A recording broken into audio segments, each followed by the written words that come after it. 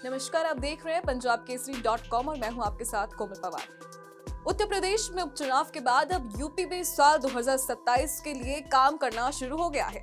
UP में बटेंगे तो कटेंगे के बाद सीएम योगी आदित्यनाथ ने एक बार फिर संभल हिंसा और बांग्लादेश का जिक्र करते हुए बाबर और डीएनए की बात कर सियासी पारा हाई कर दिया है।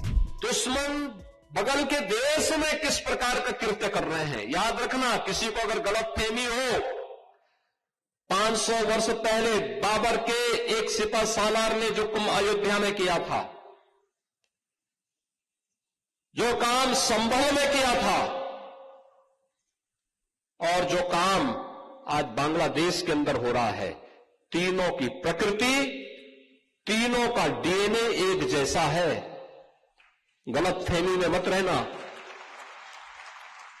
अगर कोई ये मानता है कि वो बांग्लादेश में हो रहा है, तो यहां भी बांटने वाले तत्व उनके लिए बेट बनकर के खड़े हो रखे हैं, पहले से खड़े हैं। वे समाज के सामाजिक ताने बाने को छिन्न भिन्न कर रहे हैं, सामाजिक एकता को तोड़ करके, आपको बांट करके फिर काटने का और कटवाने का पूरा इंतजाम भी कर रहे हैं। ये बांटने वाले लोग, बहुत सारे लोग तो ऐसे हैं जिन्होंने दुनिया के तमाम देशों में प्रॉपर्टी खरीद करके रखी हुई है। जहां संकट आएगा वहां भाग जाएंगे, मरने वाले मरते रहेंगे। ये हम देखिए, मुझे नहीं पता कि मुख्यमंत्री जी कितना साइंस जानते हैं, मुख्यमंत्री जी ने कितनी बायोलॉजी पढ़ी है, मैं नहीं जानता हूं। लेकिन मैं उनसे एक बार निवेदन करना चाहता हूं कि बार बार वो डीएनए की बात कर रहे हैं, डीएनए की बात न किया करें। मैं आपके माध्यम से और बड़ी जिम्मेदारी से कह रहा हूं मैं कि वो डीएनए की बात न करें, और अगर डीएनए की बात करते हैं तो मैं भी अपना डीएनए और हम सब लोग अपना डीएनए चेक कराना चाहते हैं। और मुख्यमंत्री जी, आप भी अपना डीएनए चेक करा दो। मैं भी चेक कराना चाहता हूं अपना डीएनए, और मुख्यमंत्री जी आप भी अपना डीएनए चेक करा दो। इसलिए मेरा निवेदन है कि डीएनए की बात मुख्यमंत्री जी को शोभा नहीं देती है। एक संत होकर के, योगी होकर के और भगवा पहनने के बाद उन्हें इस तरह की भाषा और इस तरह डीएनए की बात नहीं करनी चाहिए। इनके इस बयान को साल 2027 में होने वाले विधानसभा चुनाव से जोड़कर देखा जा रहा है, जिस पर सियासी जानकारों का कहना है कि यूपी का अगला चुनाव भी सनातन और धर्म के कार्ड पर ही लड़ा जाएगा, क्योंकि इस बार के चुनाव में बीजेपी को इसी कार्ड के सहारे उपचुनावों में जीत हासिल हुई, और शायद इसी नारे के सहारे अखिलेश के गढ़ कही जाने वाली कुंदरन की सीट पर भी वो इसी नारे के बदौलत फतेह पाने में कामयाब रहे। वहीं कहा तो ये भी जा रहा है कि सीएम योगी आदित्यनाथ ने 403 विधानसभा सीटों वाले यूपी को हिंदुत्व की प्रयोगशाला बनाकर हैट्रिक लगाने की कोशिश करने की तैयारी कर ली है, जिसके साथ आगामी चुनाव का एजेंडा सेट हो गया है। ऐसे में आने वाले समय में प्रदेश की सियासत और गर्मा सकती है। इसे लेकर पक्ष और विपक्ष में जोरदार टक्कर देखने को मिल सकती है। अटकलें तो इस बात की भी लगाई जा रही है कि बीजेपी जहां इस नारे के सहारे आगे बढ़ने की कोशिश कर रही है, तो वहीं दूसरी तरफ अखिलेश की साइकिल यानी समाजवादी पार्टी के पास पीडीए यानी पिछड़ा, दलित और अल्पसंख्यक का कार्ड है। लेकिन यहाँ भी मुस्लिम वोटों को लेकर समाजवादी पार्टी और कांग्रेस के बीच खींचतान शुरू हो गई है। दोनों दल एक दूसरे को मुस्लिमों का सबसे बड़ा मसीहा दिखाने में जुटे हुए हैं। इसकी एक झलक हमें हाल ही में संभल को लेकर देखने को मिली, जब सपा सांसद धर्मेंद्र यादव ने संभल के बहाने कांग्रेस पर हमला बोला, तो 4 दिसंबर को राहुल और प्रियंका गांधी संभल के लिए निकल गए। देखिए, संवेदनहीन लोग इस सरकार में बैठे, पहले लोगों को इतना दर्द दिया, उन लोगों के दर्द को जानने के लिए, समझने के लिए, उनके दर्द को बांटने के लिए अगर राजनीतिक दल के लोग जाते हैं। अभी 2-3 दिन पहले हमारा पूरी की पूरी पार्टी का डेलीगेशन, जिसमें दोनों लीडर ऑपोजिशन, पार्टी के प्रदेश अध्यक्ष, हमारे कम से कम आधा दर्जन सांसद, कई माननीय विधायक, सबका डेलीगेशन जा रहा था। लेकिन जो जहां भी था मौजूद, उनके घरों में ही नजरबंद कर दिया गया। तो प्रशासन के लोग तो ऐसे हैं, दर्द भी देंगे और दर्द को कहने भी नहीं देंगे। राहुल गांधी को भी रोक दिया गया। तो उसी परंपरा में जहाँ समाजवादी रोके गए, राहुल जी रोके गए। राम गोपाल जी तो बोल रहे हैं कि सड़क पर तो कांग्रेस दिख रही है, लेकिन संसद में मुद्दा नहीं उठाते हैं। नहीं, ये सच है, संसद में उनका कुछ और प्राथमिकता थी कांग्रेस की। लगातार समाजवादी लोग अकेले संभल के मुद्दे पर लड़ रहे थे।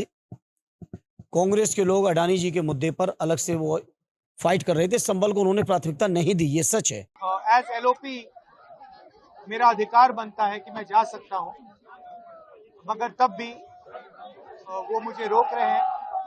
मैंने कहा है कि मैं अकेला जाने को तैयार हूं, पुलिस के साथ जाने को तैयार हूं, मगर उन्होंने वो भी बात एक्सेप्ट नहीं की और अब कह रहे हैं कि कुछ दिनों में अगर हम वापस आएंगे तो फिर वो हमें जाने देंगे। ये एक्चुअली जो एलओपी के अधिकार हैं उसके खिलाफ है। मुझे अलाउ करना चाहिए। कॉन्स्टिट्यूशन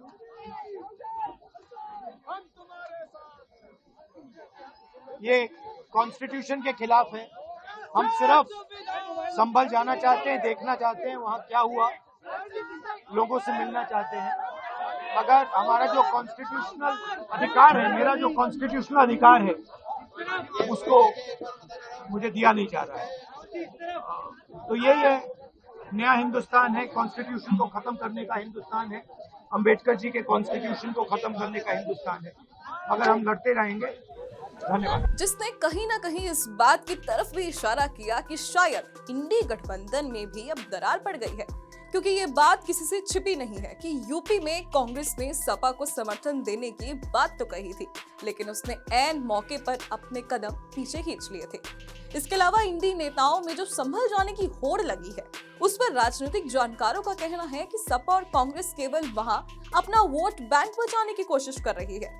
इतना ही नहीं, अभी हाल ही में बीजेपी प्रवक्ता सुधांशु त्रिवेदी ने कांग्रेस और सपा समेत इंडी गठबंधन पर यह आरोप भी लगाया कि ये सिर्फ अपना वोट बैंक और मीडिया आकर्षण पाने के लिए संभल दौरे पर गई।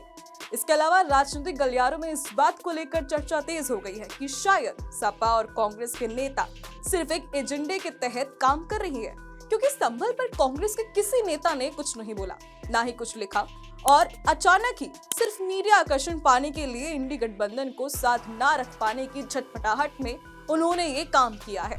यहां पर हम एक और बात कहना चाहते हैं, यदि आपके मन में संवेदना थी और आप ईमानदारी से जाना चाहते थे तो आपको सूचना देनी चाहिए थी।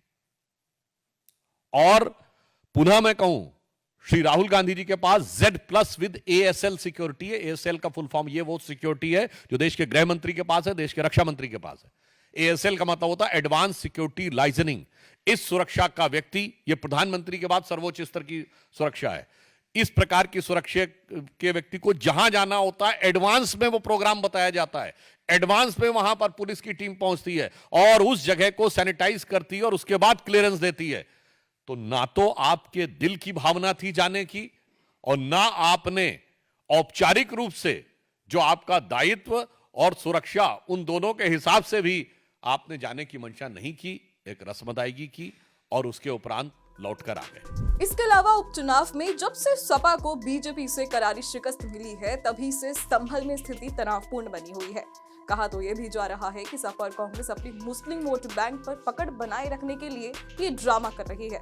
बहरहाल सियासी गलियारों में चल रही इन अटकलों में कितनी सच्चाई है वो तो वक्त ही बताएगा, लेकिन इतना जरूर कहा जा सकता है कि समाजवादी पार्टी ये बिल्कुल नहीं चाहेगी कि संभल और अल्पसंख्यक के मुद्दों पर कोई और बाजी मार ले जाए, जिससे 2027 के लिए उनकी राह मुश्किल हो जाए।